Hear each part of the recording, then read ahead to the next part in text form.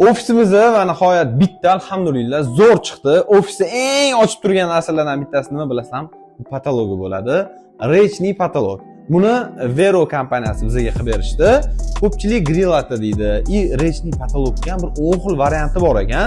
Nimaga bulardan oldik? Nimaga bularga qildirdik degan savolga, bular primoy zavod, ya'ni o'zligi ishlab chiqarishadi, ya'ni ikkinchi yoki uchinchi qo'l emas.